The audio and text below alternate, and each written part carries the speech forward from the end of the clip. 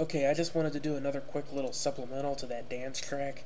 In this case, I've uh, used a media player. I've played the basic dance track at 115 beats per minute, and then I've just done a little rap singing thing of a old Irish folk song called "The Wild Rover." I like that kind of music, and it's simple. The lyrics are easy to adapt to pretty much anything. So I played this softly in the background while I did my little rap singing thing over the top of it to match it up to the music.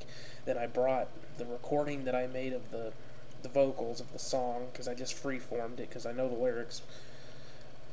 I recorded it, I brought it into this, and then I imported the 115 BPM track of the basic dance song in as an MP3, so it would just be one solid track. I then, because if you don't use the beat mapper, I showed you the beat mapper before, but I don't really like using it, and this is a case where I really should have. But again, this is just I'm just doing this as an example for you. So what you do is you actually bring it down to the original beats per minute of the song, which means that this is going to sound like the original one, and then this is going to match up perfectly with it. Well, more or less, it matches up. And then I went in and moved the bits of this track. The vocals are right here, the red. I moved them around to match up to the song, and then I cut out pieces of dead air because I'm just using a little crappy $10 microphone I got at Wally World, and it works. I use a program called Sound Engine for my recording. It's free, but you probably have to hunt it down. It works really well. It has some nice built-in features for recording, and but because it's a kind of a crappy microphone, it does leave buzzing. So I've cut out anywhere that I didn't have vocals going on, or at least the larger portions of it. Just the dead space. And then also what I've done, you can see the pan envelope or the volume envelope rather. That's pan because I was having a spike of volume on this track, so I moved it ever so slightly to the left just to get rid of the spike that was popping up on the right side. But what I've done here for the volume envelope is that anywhere there's vocals that I wanted to be louder than this track, I've gone in and I've dropped them by 1.5 decibels.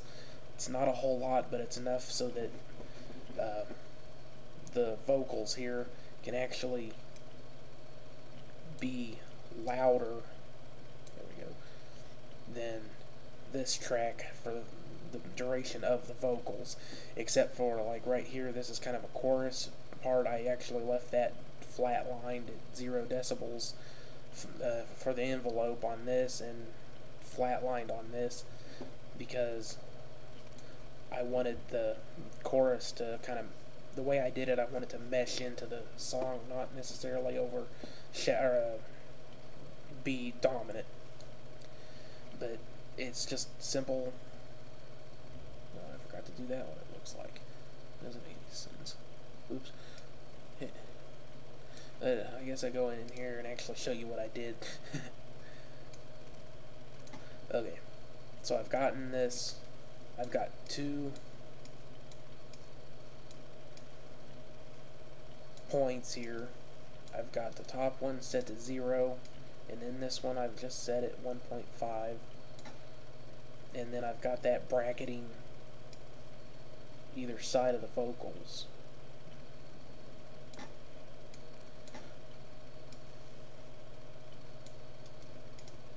So what's going on here is that the music's playing just at normal volume until it hits that point, then it drops down by that slight 1.5 decibels for the duration of this right here for the vocals, and then it goes back up to the original volume. And like I said, the reason to do that is so that the vocals will actually be just a bit louder than this and actually be the more dominant element. And that's a fairly simple way to add in some vocals to a song. the thing about using loops to create any kind of track, especially dance music, is that there are no loops that have not been used. You know, uh, once somebody starts using them, somebody else is going to want to start using them, and pretty soon, lots of people are using them. You know, I've heard commercials where I've heard loops in them that I've used. I've even heard some commercials. I think I was at Wally World, and I was just walking through, and it was just something they were playing on their TVs, trying to get people to buy stuff.